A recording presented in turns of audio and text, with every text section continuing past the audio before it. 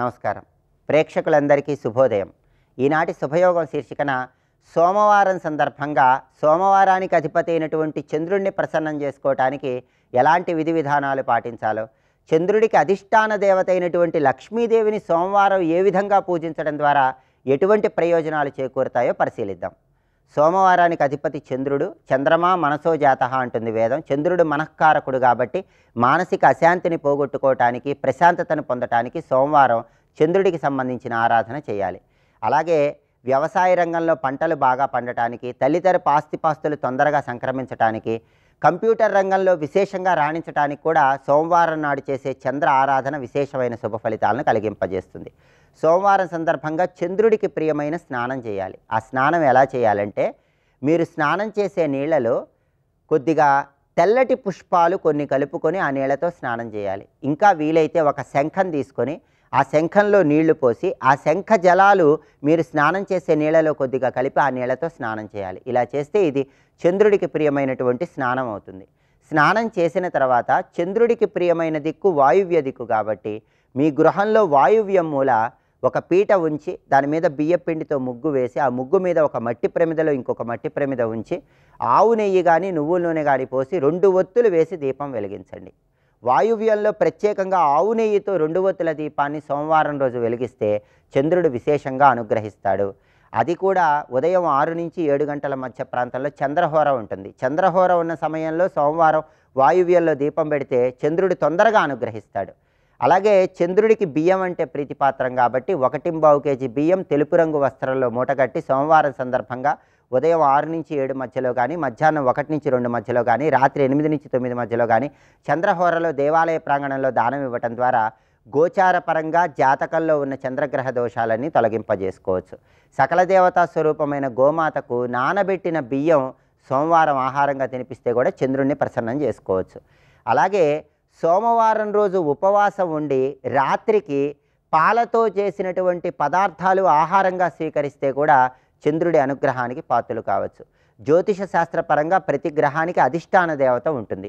చంద్రుడికి అధిష్టాన దేవత లక్ష్మీదేవి అని జ్యోతిష శాస్త్రంలో చెప్పారు. అందుకే మనం గురువారం శుక్రవారం లక్ష్మీదేవిని పూజించినప్పటికీ చంద్ర బలం పెరగటానికి, చంద్రగ్రహ దోషాలు పోగొట్టుకోవటానికి సోమవారం కూడా లక్ష్మీదేవిని పూజించాలి. సోమవారం లక్ష్మీదేవిని తెల్లటి పుష్పాలతో పూజించడం ద్వారా జాతకంలో చంద్రుడి బలం పెరుగుతుంది. దానివల్ల మనోధైర్యం, ఆత్మవిశ్వాసం పెరిగి తలపెట్టిన పనులన్నీ దిగ్విజయంగా పూర్తి చేసుకోవచ్చు. సోమవారం రోజు లక్ష్మీదేవిని తెల్లటి పుష్పాలతో పూజించడం, అలాగే లక్ష్మీదేవికి సంబంధించినటువంటి అష్టలక్ష్మీ స్తోత్రాన్ని సోమవారం పఠించడం, అలాగే సోమవారం శ్రీ సూక్తం పఠించడం ద్వారా కూడా శ్రీ మహాలక్ష్మీదేవి అనుగ్రహానికి పాత్రలై చంద్రబలాన్ని పెంపొందింపజేసుకొని ధనలాభాన్ని కూడా అందిపుచ్చుకోవచ్చు. అలాగే పరమేశ్వరుడు చంద్రశేఖరుడు కాబట్టి సోమవారం పరమేశ్వరుడికి ఆవు పాలతో కానీ ఆవు పెరుగుతో కానీ అభిషేకం చేస్తే ఉత్తమ ఫలితాలు కలుగుతాయి. బాలాంబికేశ, వైద్యేశ, భవరోగ హరేతిచ అనే నామాలు పఠిస్తూ ఆవు పెరుగుతో సోమవారం శివుడికి అభిషేకం చేయడం ద్వారా అన్ని రకాలైన ఆరోగ్య సమస్యలు తొలగింపజేసుకోవచ్చు, చంద్రబలాన్ని పెంపొందింపజేసుకోవచ్చు. ఇలా సోమవారం సందర్భంగా చంద్రుడికి అధిష్టాన దేవత అయినటువంటి లక్ష్మీదేవిని, చంద్రశేఖరుణ్ణి ఆరాధన చేయటం ద్వారా సమస్త శుభాలను అందిపుచ్చుకోవచ్చు. రేపటి శుభయోగం శీర్షికన మంగళవారం సందర్భంగా కుజదోష తీవ్రతను తగ్గింపజేసుకోవటానికి ఎలాంటి ప్రత్యేకమైన విధి విధానాలు పాటించాలో, కుజదోషము అనేటటువంటిది ఎవరి మీద ఎలాంటి ప్రభావం చూపిస్తుందో పరిశీలిద్దాం. నమస్కారం.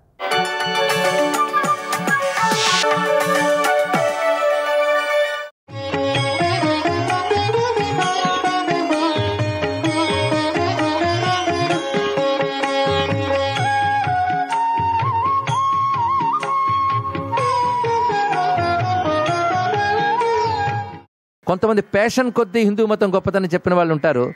కొందరు పరిశోధన చేసి, సాధన చేసి, శోధనతో చెప్పిన మహానుభావులు ఉన్నారు. వాళ్ళవి మనం ప్రమాణంగా తీసుకోవాలి, అందరివి కాదు.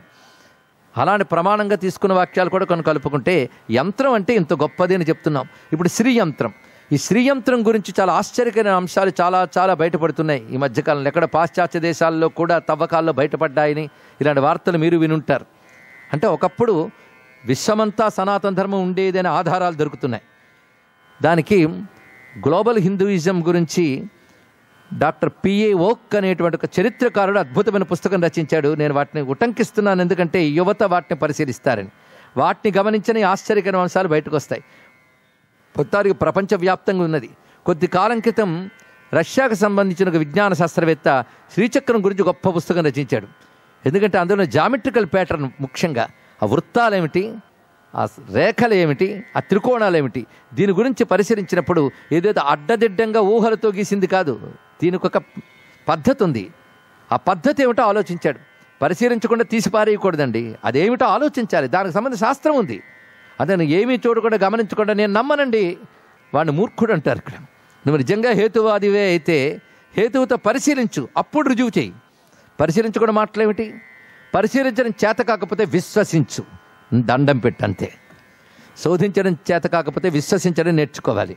అయితే విశ్వాసం వల్లైనా లేదా శోధన వల్లైనా సత్యం తెలుసుకోగలం. తెలుసుకోండి. ఇక్కడ ఒక్కొక్కప్పుడు విశ్వాసం గట్టితేతే శోధన కూడా అక్కర్లేదు. మరి శోధన గురించి ఎందుకు చెప్తున్నామంటే విశ్వాసం బలపడ్డానికి చెప్తున్నాం, మరొకటి కాదు. ఇక్కడ ఎంత గొప్పదా అని ఒక్క విశ్వాసం ఏర్పడితే చాలు. అందుకే శబ్దానికి అంత మర్యాద ఉంది. శబ్దానికి మర్యాదనిచ్చి శబ్దశక్తిని గ్రహిస్తే మంత్రశాస్త్రం అవుతుంది. ఇక్కడ ఇప్పుడు మనం చెప్తున్నది శ్రీయంత్రం. ఆ శ్రీయంత్ర స్వరూపాన్ని భగవత్పాల్ వారు శ్లోకంలో చెప్పారు. ఈ శ్లోకం మనం చదువుకున్నా యంత్రారాధన లేని వాళ్ళు కూడా ఈ శ్లోకం చదువుకుని యంత్రారాధన చేస్తున్న అనుభూతి పొందవచ్చు. శ్రీచక్రం, చక్రం అనే మాటకి తిరిగి తిరిగి ఆవృతమయ్యేది చక్రము. అదేవిధంగా సమూహమునకు చక్రము అని పేరు. ఇది శరీరానికి విశ్వానికి కూడా వర్తిస్తుంది. శరీరం కూడా పుట్టుక మరణము, మరణము పుట్టుక అని చక్రమే. ఇందులో నిరంతరం ఒక చక్రం తిరుగుతోంది. పొద్దుటి నుంచి సాయంత్రం వరకు వివిధములైన సైకిల్ కిందే తిరుగుతున్నాయి. కానీ శరీరం ఒక చక్రం, విశ్వం కూడా చక్రమే. నిరంతర పరిణామంతో తిరుగుతుంది. పరిణామము అంటే మార్పు చెందుటయే గమన లక్షణం, అదే చక్రం. విశ్వం ఒక చక్రం, శరీరం ఒక చక్రం. తిరుగుతోందంటే తిప్పేది ఉంటుంది, తిరుగుతోంది అంటే తిప్పేది ఉంటుంది అని. తిప్పేది శక్తి, తిరిగేది ప్రపంచం. తెలుసుకుంటే చాలు. ఆ శక్తి ఎవరిది? ఈశ్వర శక్తి. మొదటి నుండి చెప్పుకుంటూ వస్తున్న పరమేశ్వర శక్తి, ఇచ్ఛాజ్ఞాన క్రియాత్మకమైన పరమేశ్వరుని యొక్క స్పందన శక్తే ప్రపంచాన్ని తిప్పుతోంది. ఆ తిప్పుతున్నప్పుడు శరీర చక్రంలో, విశ్వచక్రంలో తిరుగుతున్నది ఈశ్వర శక్తి. ఈశ్వర శక్తికి మరొక పేరు శ్రీ అని చెప్పుకున్నాం. కనుక ఈ చక్రంలో ఉన్నదంతా శ్రీ గనక శ్రీ యొక్క చక్రమే శ్రీచక్రం, విశ్వచక్రం శరీర చక్రమే శ్రీచక్రం. దీన్ని మనం ఒక యంత్ర రూపంలో చూపిస్తున్నాం. ఆ యంత్ర రూపంలో 9 ఆవరణలు ఉంటాయి. ఆవరణ అంటే వృత్తాలుగా ఒకదాని తర్వాత ఒకటి దాటుకుంటూ వెళుతుంటే ఒక్కొక్కటి ఒక్కొక్క ఆవరణ అంటారు దాన్ని. 9 ఆవరణలు అంటే అనేకములు కనిపిస్తున్నాయి. అంతా కలిపి శ్రీచక్రం అంటే ఒకటేగా. అంటే శ్రీచక్రం ఒకటా రెండా? 9 అండి. కాదండి, ఒకటేనండి. ఒకటే 9 అయ్యిందండి. ఒకదానిలోనే 9 కనబడుతున్నాయి, అది తెలుసుకోవాలి. 9గా ఉన్నది ఒక్కటే. ఇక్కడ శ్రీచక్రం గురించి చెప్పేటప్పుడు ఒక కథ చెప్పుకున్నాం మనం, దాన్ని గుర్తు చేస్తున్నాం. ఒక కొలనులో ఒక రాయి పడగానే తరంగాలు వస్తాయి. ఆ తరంగాలు ఎంతవరకు వస్తాయంటే కొలను ఎంతవరకు ఉందో అంతవరకు ఉంటుంది. ఇన్ని తరంగాలు రావడానికి కారణం ఏమిటి? తరంగాలు ఎన్నో అన్నప్పటికీ మధ్యలో ఏర్పడ్డ ఒకనొక స్పందన, ఒక వైబ్రేషన్ వల్ల ఇన్ని తరంగాలు ఏర్పడ్డాయి. ఆ వైబ్రేషన్ ఒకటే పాయింట్, అది ఒక బిందు రూపంలో ఉంటుంది వైబ్రేషన్. అది తరంగాలు తీసుకుంది. అలాగే మీ శ్రీచక్రాన్ని చూస్తే దాని మధ్యలో ఉంటుంది బిందువు. ఆ బిందువు తర్వాత వరుసగా 8 వస్తాయండి. అంటే ఆ బిందువు వల్ల ఏర్పడినవి అని తెలుసుకోవాలి. ఇక్కడ బిందువు వల్ల ఏర్పడినవి అనేకం, బిందువు మాత్రం ఏకం. అంటే ఏకం అనేకమయ్యింది. కానీ అనేకం చూస్తున్న ప్రతిసారి ఏకం గుర్తు రావాలి. అనేకంలో ఏకమే వ్యాపించి ఉంది. ఇక్కడ ఎంత అద్భుతమైన సైన్స్ అండి ఇది ఆలోచిస్తే. విశ్వం అనేకమా ఏకమా? నేను ఎందుకు ప్రశ్న వేస్తున్నానంటే ఇది సులభమైన విషయమే, కష్టంది కాదు అని కనెక్ట్ అవ్వడం కోసం. విశ్వం అనేకమా ఏకమా? అనేకం, బోల్డ్ కనబడుతున్నాయి. కానీ ఇన్ని బోల్డ్ కనబడడానికి కారణం ఒక్కటే, అదే అనేకముగా ఉంది. అనేకంలో ఉన్నది ఏకమని తెలుసుకోవాలి. ఈ మాట గీతలో భగవానుడు అవిభక్తం విభక్తేషు తజ్ఞానం విద్ధి సాత్వికం అన్నాడు. విడివిడిగా కనబడుతున్న వాటిలో ఏకముగా ఉన్నదాన్ని తెలుసుకునే జ్ఞానమే ఉత్కృష్ట జ్ఞానం, సాత్విక జ్ఞానం అని చెప్పాడు ఆయన. కానీ అనేకం చూస్తే అది తామసం, అనేకంలో ఏకాన్ని చూస్తే సాత్వికం.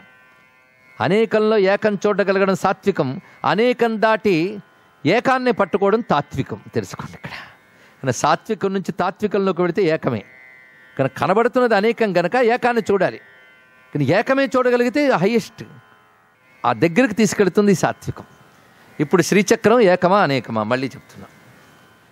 9 ఆవరణలు అమ్మవారే అని మనం ఆరాధిస్తున్నా మరువురాదు. అంటే అమ్మ శక్తి 9 ఆవరణలో ఉన్నది. ఏది బిందువునందు ఉత్పన్నమైందో ఆ శక్తి క్రమంగా అనేకముగా విచ్చుకొని ఒక పద్మం విచ్చుకున్నట్టు విచ్చుకుంది శ్రీచక్రం. అందులో మధ్య స్థానంలాగా ఉన్నది బిందువు. ఈ బిందువు చుట్టూ మిగిలినవి ఉన్నాయి. ప్రధానమేది బిందువే.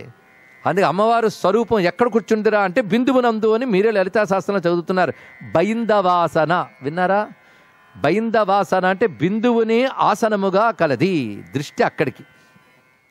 దాని తర్వాత 8 ఆవరణలు వస్తున్నాయి. 8 ఆవరణల్లో మనం చివరి ఆవరణ నుంచి బిందువులాగా ఆరాధన చేస్తారు. పద్ధతి ఇది. శ్రీచక్ర ఆరాధన చేసేటప్పుడు చివరి ఆవరణ చతురస్రం. చతురస్రం అంటే స్క్వేర్. అక్కడ నుంచి క్రమంగా ఒక్కొక్క ఆవరణ దాటుతూ బిందువు దాకా వెళతాం. ఇక్కడ నుంచి లెక్క కట్టి 1 2 3 4 అలా వెళ్ళి 9వది బిందువు. అక్కడి నుంచి చూస్తే మొదటిది బిందువు, చివరిది చతురస్రం. కానీ మనం అనేకం నుంచి ఏకం వైపు ప్రయాణం కనుక చతురస్రం నుంచి బిందువు వైపు వెళ్తాం. అంటే సాధన అనేకం నుంచి ఏకం వైపు వెళ్ళాలి అని చెప్తున్నారు. ఇప్పుడు శ్రీచక్ర నిర్మాణం మనం చూస్తే ఆ బిందువు పాయింట్ తర్వాత ఒక త్రికోణం ఉంటుంది. అటు నుంచి వస్తున్నాం. మొదటిది బిందువు కనుక అటు నుంచి వస్తున్నాం. బిందువు తర్వాత త్రికోణం ఉంటుంది. అంటే 2 ఆవరణలు అప్పుడే చెప్పేసుకున్నాం. బిందువు 1 ఆవరణ, త్రికోణం 2వ ఆవరణ. ఆ తర్వాత 8 త్రికోణాలు ఉంటాయి. ఇప్పుడు ఎన్ని అయ్యాయి? 3 అయ్యాయి. ఆ తర్వాత 10 త్రికోణాల ఆవరణ ఉంటుంది. అంటే సర్క్యులర్గా ఉంటాయి 10 త్రికోణాలు. 10 త్రికోణాల ఆవరణ ఎన్ని అయ్యాయి? 4. తర్వాత మరొక 10 త్రికోణాలు వస్తాయి. మనకి భేదం తెలుసుకోవడం కోసం అంతర్దశార బహిర్దశార అంటారు. ఇది మరొక 10 త్రికోణాలు దాని చుట్టూ సర్క్యులర్గా ఉంటాయి. దాని తర్వాత 14 త్రికోణాలు ఉంటాయి. అంటే ఒక బిందువు త్రికోణాలు ఇప్పటి వరకు 1 8 10 10 14 వరకు వచ్చాయి. ఈ 14 కలిపి ఒక ఆవరణ, ఆ 10 కలిపి ఒక ఆవరణ, ఆ 10 కలిపి ఒక ఆవరణ, ఆ త్రికోణం ఒక ఆవరణ, బిందువు ఒక ఆవరణ. పరిశీలిస్తున్నారు కదా? ఆ తర్వాత వస్తుంది అష్టదళ పద్మము. అక్కడ త్రికోణాలు లేవు, అష్టదళ పద్మం వస్తుంది. శ్రీ లలితా మహాత్రిపుర సుందరీ పరాభట్టారిక శ్రీమద్ రాజరాజేశ్వరీ పరదేవతకి.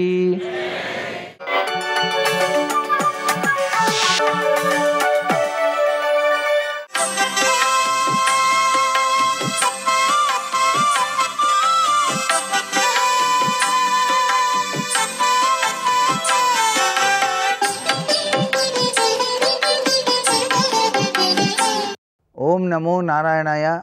ఓం నమ శివాయ. శ్రీమాత్రే నమః. ఈరోజు మాఘ సోమవారం.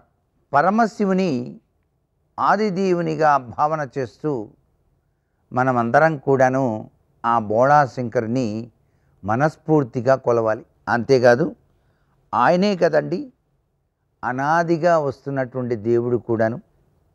కోరిందే తడవుగా తన భక్తులందరికీ కూడాను సకల సంపదలని కూడాను ప్రసాదించే సంపద కారకుడు కూడాను ఆ పరమేశ్వరుడే. కాబట్టి ఆ ఆదిదేవుడు మంగళస్వరూపుడు. కాబట్టి సకల శుభాలకు కూడా కారణభూతుడు అయినటువంటి ఆయనను మనం మనస్ఫూర్తిగా పూజ చేద్దాం.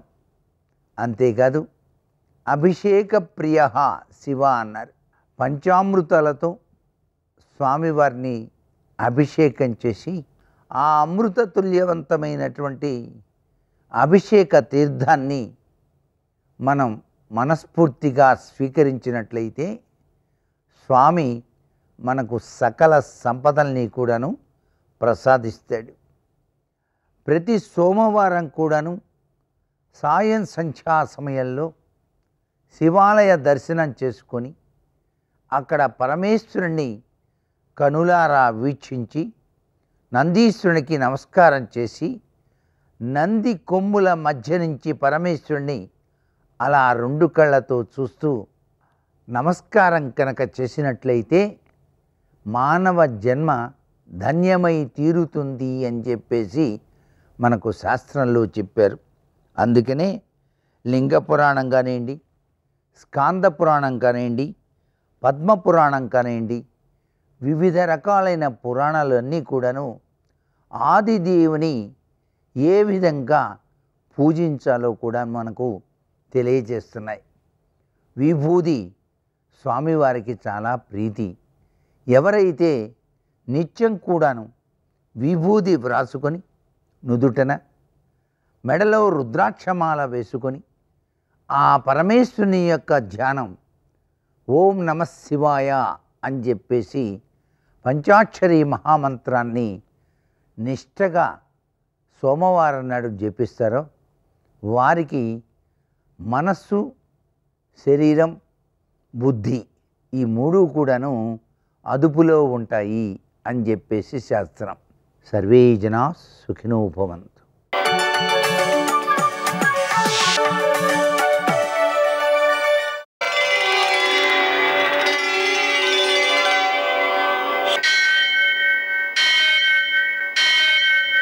సహస్రశీరుషం దేవం విశ్వాక్షం విశ్వశంభువం విశ్వం నారాయణం దేవమక్షరం పరమం పదం విశ్వతః పరమాం నిత్యం విశ్వం నారాయణగుం హరిం విశ్వమేవేదం పురుషస్తద్విశ్వముపజీవతి పతిం విశ్వస్యాత్మేశ్వరం శాశ్వతం శివమచ్యుతం నారాయణం మహాజ్ఞేయం విశ్వాత్మానం పరాయణం.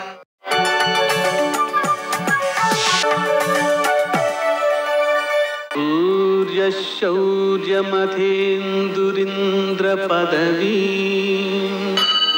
సన్మంగళం మంగళం. మృత్యుంజయాయ రుద్రాయ నీలకంఠాయ శంభవే అమృతేశాయ సర్వాయ మహాదేవాయ తే నమః. నేటి కాలమాన విశేషాలను గమనిద్దాం. స్వస్తిశ్రీ చాంద్రమాన క్రోధినామ సంవత్సరం ఉత్తరాయణం శశిర ఋతువు మాఘమాసం కృష్ణపక్షం సోమవారం. సూర్యోదయం 6:45 సూర్యాస్తమయం 6:14 తిథి పంచమి తెల్లవారుజామున 4:53 వరకు. నక్షత్రం చిత్త పూర్తిగా ఉంది. వర్జం మధ్యాహ్నం 1:32 నుంచి 3:20 వరకు. దుర్ముహూర్తం మధ్యాహ్నం 12:52 నుంచి 1:35 వరకు. మరల మధ్యాహ్నం 3:10 నుంచి సాయంకాలం 3:56 వరకు. అమృతకాలం రాత్రి 12:21 నుంచి 2:10 వరకు. రాహుకాలం సోమవారం కాబట్టి ఉదయం 7:30 నుంచి 9 గంటల వరకు. అష్టగౌరి రీత్యా శుభప్రదమైన సమయం ఉదయం 11 గంటలకి. నేటి విశేషం సోమవారం, మాఘమాసంలో సోమవారం. మాఘమాసంలో మహాశివరాత్రి వస్తుంది కాబట్టి మాఘమాసం అంతా కూడా సూర్యనారాయణమూర్తికి శివునకు కూడా చాలా ప్రీతికరమైనవి. విశేషించి సోమవారం కూడా శివునికి ప్రీతికరం కాబట్టి మాఘ సోమవారం రోజున మనం కేజింపావు శ్వేతాక్షతలతో శివునికి పూజ చేయడం, హరిద్రాక్షతలతో అంటే పసుపు కలిపినటువంటి అక్షతలతో గౌరీదేవికి పూజ చేయడం, అలాగనే చంద్రునికి పూజ చేయడం, ఈ అక్షతలు ఏవైతే పూజ చేశామో ఆ పదార్థాన్ని ఆవులకు ఆహారంగా అందించటం మొదలైన చర్యల ద్వారా మానసిక ప్రశాంతి ఏర్పడటంతో పాటుగా మంచి వివేకం కలిగి శ్రేష్టమైన వస్తువులను మాత్రమే ఎంచుకునేటువంటి శక్తి ఏర్పడుతుంది, వివేకం వృద్ధి చెందుతుంది. నేటి ఆణిముత్యాలు.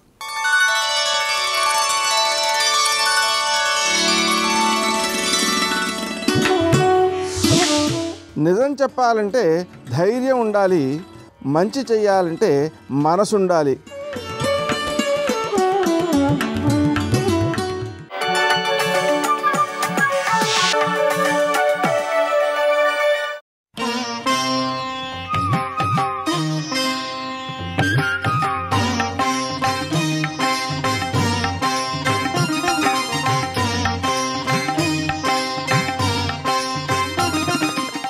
గ్రీష్మ ఋతువు వచ్చిందనుకోండి, గ్రీష్మ ఋతువులో ఎవ్వరివి శరీరాలు పడిపోవు తొందరగా. గ్రీష్మంలో నిలదొక్కుంటారు, ఆరోగ్యంగా ఉంటారు, ఏం ప్రమాదాలు రావు. మళ్ళీ ఆయన లయకారకుడు అవుతాడు సూర్యుడే. చాలా మంది ప్రాణుల్ని పడగొడతాడు. పడగొట్టాలనుకుంటే ఆ 4 వ్యూహములతో మంచు ఎక్కువగా ఉండేట్టుగా చేస్తారు. చేస్తే ఆయన అది చేసినప్పుడే యమధర్మరాజు గారి యొక్క 2 కోరలు పైకొస్తాయి. ఒకటి ద్వావృతు యమదంస్ట్రాఖ్య అంటారు దేవీ భాగవతంలో. శరత్కాలమునందు వసంత ఋతువు, ఈ 2 ఋతువులలో 2 కోరలు బయట పెడతాడు. 2 కోరలు బయటికి వస్తే విశేషమైనటువంటి జననష్టం అయిపోతుంది. అందుకే యథార్థానికి గ్రీష్మ ఋతువులో చనిపోయే వాళ్ళకన్నా శరత్కాలమునందు వసంత ఋతువునందు చనిపోయే వాళ్ళు ఎక్కువ మంది ఉంటారు. అందుకే శరత్కాల ప్రారంభంలో శారదా నవరాత్రులు చేసి అమ్మవారిని ఆరాధన చేస్తారు. అలాగే వసంత ఋతువు ప్రారంభమునందు మళ్ళీ వసంత నవరాత్రులు చేసి రామచంద్రమూర్తి యొక్క పాదాలు శారద పాదాలు పట్టుకుని అమ్మవారి అనుగ్రహంతో అంటువ్యాధులు ప్రబలిపోకుండా లోకాన్నంతటినీ రక్షించుకుంటారు. ఈ 2 కాలముల యందు సూర్యనారాయణమూర్తి యొక్క కిరణములు 304 విభాగములుగా వచ్చిన కారణం చేత జనులందరూ పడిపోతూ ఉంటారు. ఈ కారణం చేతనే ఉత్తరాయణంలో ఎంత నీరు లాక్కుంటాడో దాన్ని తాను ముట్టుకోను కూడా ముట్టుకోడు. ఆ నీటిని మేఘమండలంలోకి పంపించేస్తాడు. మళ్ళీ దక్షిణాయనం మొదలవగానే కురిసేయమని ఇచ్చేస్తాడు. పుచ్చుకున్నప్పుడు అసలు నాకన్న భావనే లేదు, ఇలా పుచ్చుకుంటాడు, ఇలా ఇచ్చేస్తాడు తప్ప పుచ్చుకున్నప్పుడు నాకని పుచ్చుకోడు, ఇచ్చేసేటప్పుడు నాది పోయిందన్న బాధ లేదు. అంత నిమిత్తంగా ఉంటాడు. అందుకే దత్తాత్రేయుల వారి 24 మంది గురువులలో సూర్యనారాయణమూర్తి ఒకటయ్యాడు. 24 మంది గురువులైనకి పృథివీ, ఆపస్, తేజో, వాయు, ఆకాశములు, అలాగే సూర్యుడు, చంద్రుడు, సముద్రము, చాప, ఇషుకృత్ అంటే బాణములు తయారు చేసేవాడు, అలాగే సాలెపురుగు, పాము, ఏనుగు, కన్య, బాలుడు 15, అలాగే పావురముతో పాటు పతంగము, మక్షికము, భ్రమరము, భ్రమర కీటకము 20, హరిణము, అజగరము అంటే కొండ చిలవ, పింగళ అనబడేటటువంటి వేశ్య 23, కృకరం అనేటటువంటి పక్షి 24. 24 మంది గురువులు దత్తాత్రేయుల వారికి. 24 మంది గురువులలో ఒక గురువు సూర్య భగవానుడు. సూర్య భగవానుణ్ణి గురువుగా ఎందుకు చేసుకున్నారంటే సూర్యుడు ఉత్తరాయణంలో నీటిని లాగినప్పుడు నాకు అని చుక్క పుట్టుకోడు, మేఘమండలంలోకి పంపుతాడు. దక్షిణాయనం వచ్చేటప్పటికి పుచ్చుకున్న నీళ్ళన్నీ మళ్ళీ వర్షించేస్తాడు, మళ్ళీ లోకోపకారం చేస్తాడు. పుచ్చుకోవడం ఉపకారమే, ఇచ్చేయడం ఉపకారమే. రెండిటి యందు నిస్పృహుడు, తనేమి నాకని పుచ్చుకునేది నీటి బిందువు లేదు. అంతటి మహితాత్ముడు కనుక నేను సూర్యుడిని చూసి నేర్చుకున్నాను. పుచ్చుకుంటే ఎలా పుచ్చుకోవాలో, ఇచ్చేస్తే ఎలా ఇచ్చేయాలో అని దత్తాత్రేయుల వారు తన 24 మంది గురువులలో సూర్యనారాయణమూర్తిని తీసుకున్నారు. మనం సాధారణంగా ఆయనకి 1000 కిరణములైన గ్రహములన్నిటినీ కూడా ప్రకాశింపచేస్తాడు తాను ప్రధానంగా నిలబడి.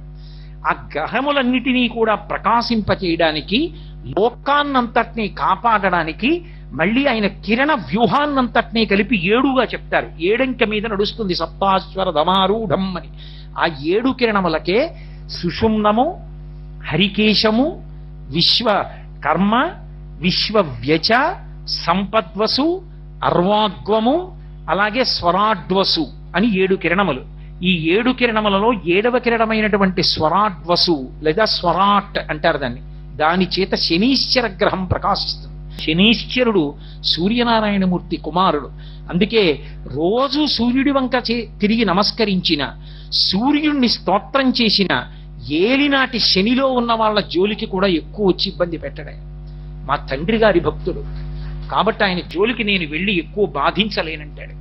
అంతటి మహితాత్ముడు సూర్య భగవానుడంటే ఆయనకి చేసేటటువంటి నమస్కారం అంత వైభవోపేతం. సర్వం శ్రీ ఉమామహేశ్వర పరబ్రహ్మార్పణమస్తు. స్వస్తి.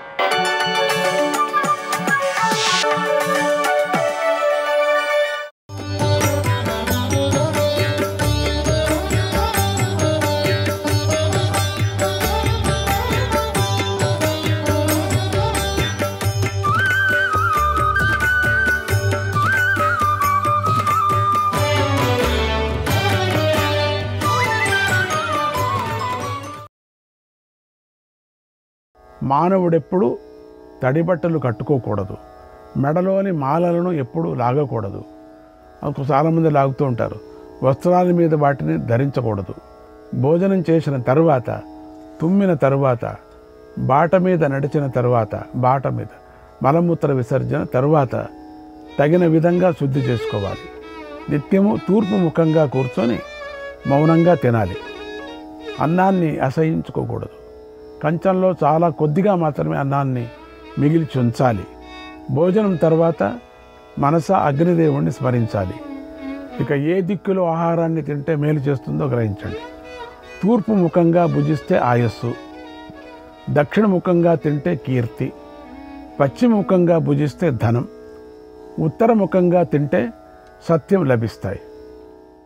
మనస్సుతో అగ్నిని స్పృశించి నీటిలో సకలేంద్రియాలను, సర్వావయవాలను, బొడ్డును, అరచేతులను తాకాలి. పొట్టు మీద కానీ, బూడిద మీద కానీ, కపాలాల మీద కానీ ఎప్పుడూ కూర్చోకూడదు. ఇతరులు స్నానం చేసిన నీటి దగ్గర కూడా పోకూడదు. శాంతి హోమాలు చేయాలి. సావిత్రి మంత్రాన్ని జపించాలి. మంత్రాలను చదువుకోవాలి అని ధర్మరాయుడు చెప్తున్నాడు. నిషణ్ణచాపి ఖాదేత నిషణ్ణచాపి ఖాదేత నతు గచ్చన్ కదాచన. పద్ధతిగా కూర్చొనే తినాలి. నడుస్తూ ఎప్పుడూ తినకూడదు. తడికాళ్లతోనే తినాలి. కానీ తడికాళ్లతో పడుకోకూడదు. తడికాళ్లతో తిన్నవారు 100 సంవత్సరాలు జీవిస్తారు. అగ్ని, గోవు, విప్రుడు అనే ఈ 3 తేజస్సులను ఎంగిలి చేతిలో తాకకూడదు. ఈ నియమాన్ని కనుక పాటిస్తే ఆయస్సు క్షీణించదు. భోజనానంతరం చేతులు, నోరు కడుక్కోకుండా సూర్యుడు, చంద్రుడు, నక్షత్రాలనే ఈ 3 తేజస్సులను ఎప్పుడు చూడకూడదు. పెద్దవారికి, వృద్ధులకు ఎందుకు నమస్కరించాలి? నమస్కారం చేయకపోతే ఏమవుతుంది? నమస్కారం చేస్తే ఏమవుతుంది? ఇప్పుడు చెప్తున్నారు, గ్రహించండి. వృద్ధులు వచ్చినప్పుడు యువకులు ప్రాణాలు పైకి లేస్తాయి. అప్పుడు లేచి ఎదురు వెళ్ళి నమస్కారం చేస్తే మళ్ళీ యథాస్థితికి వస్తాయి. కనుక పెద్దలకు నమస్కారం చేయాలి. స్వయంగా ఆసనాన్ని ఇవ్వాలి. చేతులు జోడించి సేవించాలి. వారు బయలుదేరితే వెనుకనే విడిచి కొంత దూరం వరకు పంపించాలి. విరిగిన మంచంపై కూర్చోకూడదు. పగిలిన కంచంలో అన్నం తినకూడదు. ఒకే వస్త్రం ధరించి భుజించకూడదు. ఎంగిలితో నిద్రించకూడదు.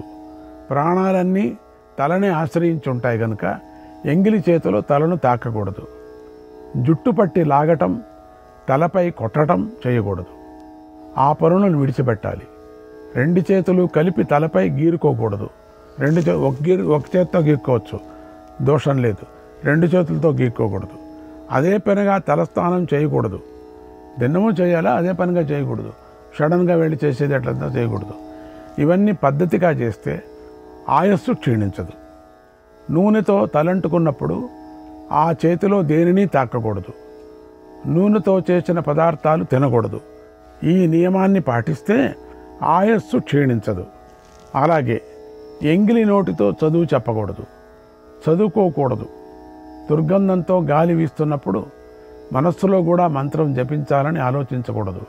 అప్పుడు మాత్రం ప్రాచీన విషయాలు తెలిసిన పండితులు ఈ విషయంలో యముడు చెప్పిన ఈ మాటలను చెబుతూ ఉంటారు.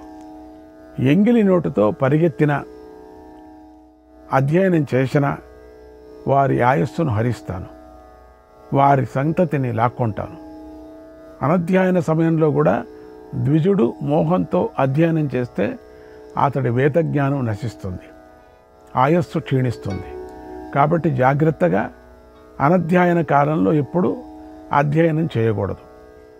సూర్యుడికి ఎదురుగాను, అగ్నికి ఎదురుగాను, గోవిప్రులకు ఎదురుగాను, మార్గమధ్యంలోనూ మూత్ర విసర్జన చేయకూడదు. చేసిన వారు ఆయస్సును కోల్పోతారు. పగలు ఉత్తరముఖంగా, రాత్రి దక్షిణముఖంగా మలమూత్ర విసర్జన చేయాలి. అలా ఆచరిస్తే ఆయస్సు క్షీణించదు. గురుణాచైవ నిర్బంధక గురుణాచైవ నిర్బంధక నకర్తవ్యక కదాచన నకర్తవ్యక కదాచన అనుమాన్యః ప్రసాద్యస్య గురుః క్రుద్ధో యుధిష్ఠిర గురుః క్రుద్ధో యుధిష్ఠిర. గురువుతో ఎప్పుడు మొండివాదానికి దిగకూడదు. మొండిగా ప్రవర్తించకూడదు. గురువుకు కోపం వస్తే అన్ని విధాలా గౌరవించి ప్రసన్నుని చేసుకోవాలి. గురువు లేనిపోని విధంగా, మనకు ఇష్టం కలిగించని విధంగా ప్రవర్తించినా ఆయన దగ్గర చక్కగానే ప్రవర్తించాలి. గురునింద మనుష్యుల ఆయస్సును సందేహం లేకుండా క్షీణింపజేస్తుంది. పండితుడు ఎప్పుడూ కూడా ఎర్రటి పూలను ధరించకూడదు, తెల్లటి పూలమాలనే ధరించాలి. తామరాలు, కలువల విషయంలో మాత్రం ఈ నియమం పనిచేయదు, వాటిని ధరించవచ్చు. తలపై మాత్రమే ఎర్రటి పూలను, అడవి పూలను ధరించాలి. బంగారు మాలను ధరిస్తే అది ఎప్పుడూ అపవిత్రం కాదు. స్నానానంతరం నిత్యము తడి చందనాన్ని నుదట పెట్టుకోవాలి. బుద్ధివంతుడైన మానవుడు వస్త్రాలను ఉత్తరీయం, అధరీయం తారుమారు చేయకోకుండా ధరించాలి. ఇతరులు ధరించిన వస్త్రాన్ని కానీ, అంచు చిరిగిన వస్త్రాన్ని కానీ ధరించకూడదు. నిద్రించేటప్పుడు వేరే వస్త్రాలు ధరించాలి. వీధులలో సంచరించేటప్పుడు, దేవతార్చన సమయాల్లోనూ వేరువేరు బట్టలను ధరించాలి. బుద్ధిమంతుడు నల్ల ఆవాలు, చందనం, బిల్వం, తగరం, కేసరం అనే నీటిని విడివిడిగానే శరీర లేపనానికి వినియోగించుకోవాలి. అన్ని పర్వదినాల్లోనూ విశేషంగా స్నానం చేసి పవిత్రుడు కావాలి. చక్కగా అలంకరించుకొని ఉపవాసం చేయాలి. సర్వకాలాల్లో ఎప్పుడూ బ్రహ్మచర్యాన్ని పాటించాలి. పర్వకాలాల్లో కూడా. ఇక అన్నం ఎలా తినాలో తెలుసుకోండి. ఒకే పాత్రలో ఎవరితోనూ కలిసి తినకూడదు. సారం నశించిన అన్నాన్ని తినకూడదు. ఇతరుల దృష్టి పడిన అన్నాన్ని ఇతరులకు పెట్టకుండా తినకూడదు. వివేకి అపవిత్ర మనుషుల దగ్గర కానీ, సత్పురుషుల ఎదుట కూర్చొని కానీ భుజించకూడదు. ధర్మశాస్త్రాల్లో నిషేధించిన పదార్థాలను తినకూడదు. అన్నం వైపు వీపు చూపిస్తూ కూడా తినకూడదు. వివేకి ఉప్పును చేతిలో పెట్టుకొని నాకకూడదు, తినకూడదు. రాత్రిపూట పెరుగును, పేలపిండిని తినకూడదు. మాంసం తినకూడనిది కనుక దానిని విడిచిపెట్టాలి. అన్నాన్ని ఉదయము, సాయంకాలం మాత్రమే తినాలి. మధ్యలో ఏమీ తినరాదు. భోజన సమయంలో మౌనం పాటించాలి. సరిగా కూర్చోకుండా ఎప్పుడూ తినకూడదు. పదార్థాలు నేలపై ఉంచి తినకూడదు. నిలబడి కానీ, పెద్దగా చప్పుడు చేస్తూ కానీ తినకూడదు. బుద్ధిమంతుడు ముందుగా అతిథులకు అన్నపానీయాలను అందించి ఆ తర్వాత ఏకాగ్రతతో తాను తినాలి. పంక్తిలో అందరికీ సమానంగా ఆహార పదార్థాలను పెట్టాలి. మిత్రులకు పెట్టకుండా తిన్నవాడు హాలాహల విషాన్ని తిన్నవాడవుతాడు. నీటిని, పాయసాన్ని, పేలపిండిని, పెరుగును, తేనెను తప్ప మిగిలిన వాటిని తాను తిని మిగిల్చి ఆ ఎంగిలిని ఇతరులకు పెట్టకూడదు. తింటూ పదార్థాలను అనుమానించకూడదు. మేలు కోరుకునేవాడు భోజనం చివర్లో పెరుగును తినకూడదు. భోజనం తర్వాత ఆచమనం చేసి నోరును కడుక్కోవాలి. నీటితో ఇంద్రియాలను, కన్ను, ముక్కు మొదలైనవి, నాభిని తాకి 2 అరిచేతులను కడుక్కోవాలి. కడుగుకొన్న తర్వాత తడి చేతితో ఉండకూడదు. బొటనవ్రేలి మూలస్థానాన్ని బ్రహ్మతీర్థం అంటారు. బొటనవేలు మూల బ్రహ్మతీర్థం. చిటికన వ్రేలు వెనుక భాగాన్ని దేవతాతీర్థం అంటారు. బొటనవ్రేలు, చూపుడు వ్రేలు వీటి మధ్య భాగాన్ని పితృతీర్థం అంటారు. శాస్త్రం చెప్పిన ప్రకారం ఆ ప్రదేశం ద్వారానే ఎప్పుడు జలంతో పితృకార్యాలను చేయాలి. పరాపవాదం న బ్రూయాత్ నా ప్రియంచ కదాచన నమున్యుః కచ్చిదుత్పాద్యః నమున్యుః కచ్చిదుత్పాద్యః పురుషేణ భవార్తిన. తన మేలును కోరుకునేవాడు ఎప్పుడూ ఇతరులను నిందించకూడదు, అప్రియంగా మాట్లాడకూడదు, ఎవడిపై కూడా కోపాన్ని ప్రదర్శించకూడదు, పతితులతో మాట్లాడకూడదు, కనీసం వారిని కూడా చూడకూడదు, వారితో కలిసి ఉండకూడదు. ఈ నియమాలను పాటిస్తే దీర్ఘాయస్సు లభిస్తుంది. ఈ నియమాలు పాటిస్తే దీర్ఘాయస్సు లభిస్తుంది. ఓ ధర్మరాజా, వయస్సు మళ్ళినటువంటి దాయాది కానీ, మిత్రుడు కానీ, దరిద్రుడు, కులీనుడు, పండితుడు ఎవరైనా సరే, దరిద్రులైతే తన శక్తిని అనుసరించి వారిని రక్షించాలి. వారికి ఇంటిలో ఆశ్రయం ఇవ్వాలి. దానితో ధనము, ఆయస్సు వృద్ధి చెందుతాయి. దరిద్రుని పోషించవచ్చు అని చెప్పారు. దరిద్రునికి ఇంట్లో ఆశ్రయం ఇవ్వచ్చు అన్నారు. పావురాలు, చిలుకలు, మైనాలు అనేవి ఇంటిలో ఉండటం మంచిది. గబ్బిలాలు అశుభాన్ని కలిగిస్తాయి. దేవతా ప్రతిమలు, అద్దం, చందనం, పుష్పలతలు, నిర్మల జలం, బంగారం, వెండి ఇంటిలో ఉండటం వల్ల శుభం కలుగుతుంది. అవును, నిజమే కదా. అయితే ఇంటిలోకి గద్దలు, అడవి పావురాలు, తుమ్మెదలు ప్రవేశిస్తే శాంతిని జరిపించుకోవాలి. అవి అశుభం కలిగిస్తాయి.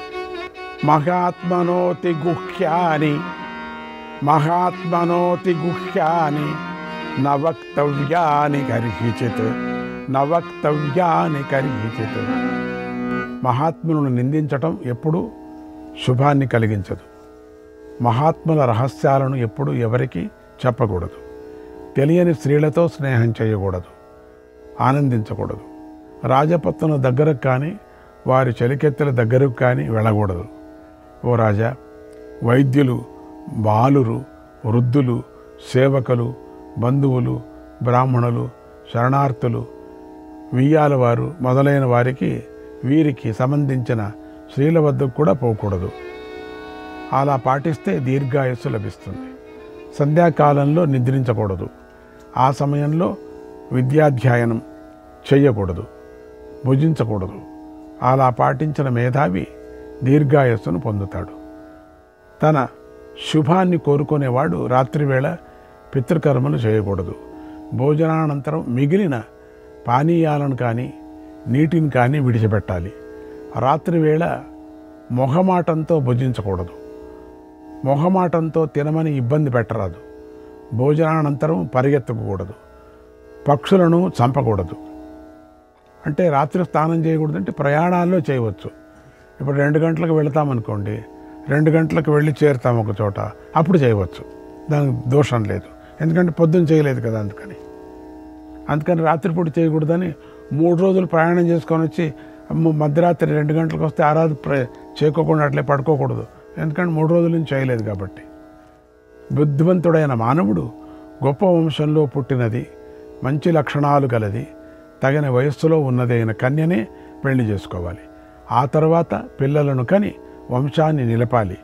పిల్లలను జ్ఞానవంశాచారాలు పాటించడానికై గురువులకు అప్పగించి ఇవ్వాలి శిక్షణ, మంచి శిక్షణ. కూతురు పుట్టినప్పుడు ఆమెను బుద్ధివంతుడైన వరుడికిచ్చి పెళ్లి చేయాలి.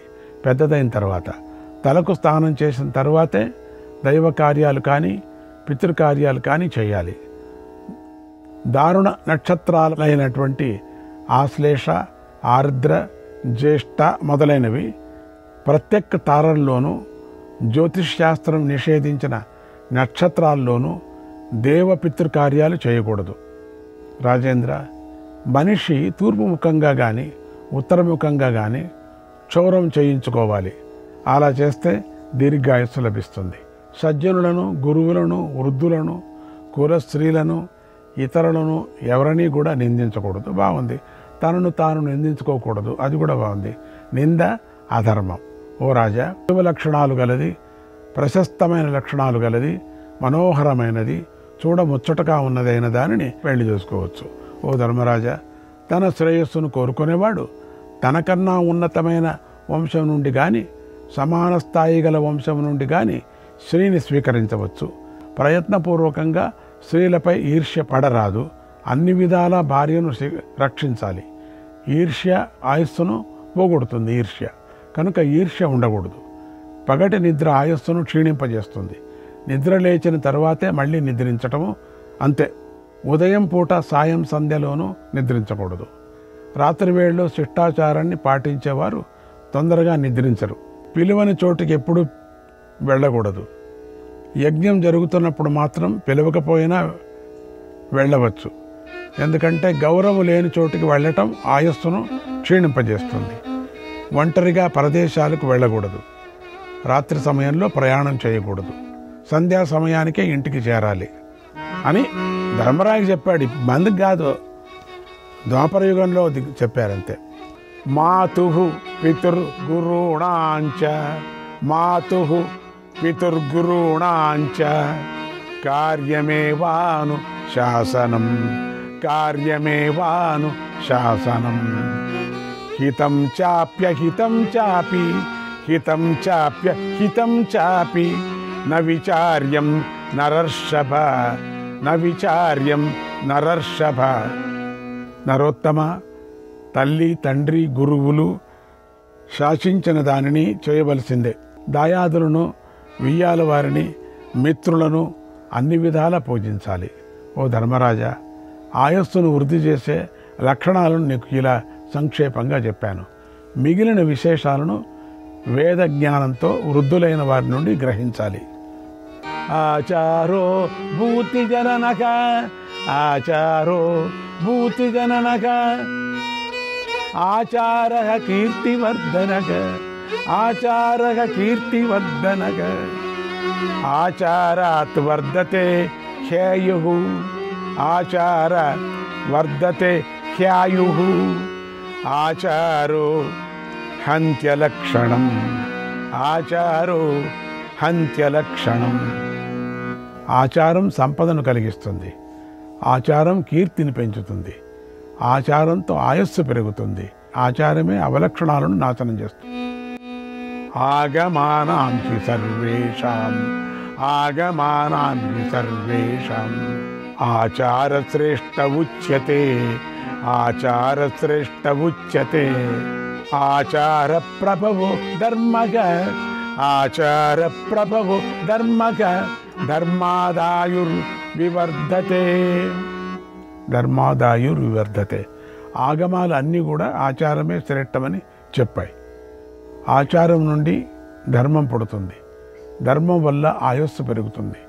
కీర్తిని, ఆయస్సును, స్వర్గప్రాప్తిని కలిగే ఈ మహాకళ్యాణ మార్గాన్ని సకల వర్ణాల మీద దయతో బ్రహ్మదేవుడు ఉపదేశించాడు.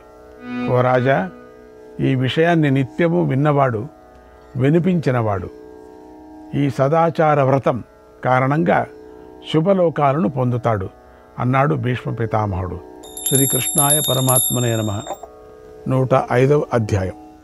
యుధిష్ఠిరుడు భీష్ముడిని ఇలా అడుగుతున్నాడు. ఓ పితామహ, జ్యేష్ఠుడు కనిష్ఠులతో ఎలా ప్రవర్తించాలి, అలాగే కనిష్ఠులు జ్యేష్ఠుడితో ఎలా ప్రవర్తించాలి, నాకు ఈ విషయం చెప్పు అని అడిగాడు. భీష్ముడు ఇలా చెప్పాడు. నాయన, నువ్వు జ్యేష్ఠుడవు, ఎప్పుడూ జ్యేష్ఠుడిలాగానే నడుచుకోవాలి. నువ్వు పెద్దవాడివి గనుక గురువు శిష్యులను చూసినట్లుగానే నువ్వు సోదరులను చూడాలి. గురువు లేదా అన్న వివేకం లేకుండా ప్రవర్తిస్తే శిష్యుడు లేదా సోదరుడు అదుపులో ఉండడు. గురువుకు దీర్ఘదృష్టి ఉంటే శిష్యుడికి కూడా అదే అలవడుతుంది. అంధుడుగా ఉండవలసినటువంటి సమయంలో అంధుడుగానే ఉండాలి, జడులాగానే ఉండాలి, విచక్షణ కలవాడే ఉండాలి. తెలిసినా కూడా తెలియనట్లుగా నటిస్తూ వారిలోని దోషాలను తొలగించటానికి అనుగుణంగా జ్యేష్ఠుడు ప్రవర్తించాలి. ఓ కుంతి కుమార, తమ్ములు తప్పు చేసినప్పుడు ప్రత్యక్షంగా దండిస్తే వారి మనస్సు కలత చెందుతుంది. వారు దానిని అందరికీ చెబుతారు. జ్యేష్ఠుడే వంశాన్ని వృద్ధి చేస్తాడు, అతడే నీతి తప్పితే నాశనం కూడా చేస్తాడు. జ్యేష్ఠుడు నీతిని సరిగా తెలుసుకోలేకపోతే తాను పుట్టిన వంశాన్ని పూర్తిగా నశింపజేస్తాడు. జ్యేష్ఠుడు నీతి తప్పి చిన్నవారితో కుటిలంగా ప్రవర్తిస్తే అతడు జ్యేష్ఠుడు కాడు, జ్యేష్ఠ భాగం పొందటానికి యోగ్యుడు కాడు. ఇతర రాజులు అటువంటి వాడిని నియంత్రించాలి. కపటంగా ప్రవర్తించేవాడు ఎలాంటి సందేహం లేకుండా నరకంలో పడతాడు. అటువంటి వాడి పుట్టుక ఆ తండ్రికి ప్రయోజనం కలిగించదు. ఆ పాప పురుషుడు తాను పుట్టిన వంశంలో అన్ని కష్టాలను కారణమవుతాడు. అపకీర్తిని కలిగిస్తాడు, కీర్తిని మాయం చేస్తాడు. శ్రీకృష్ణాయ పరమాత్మనే నమః.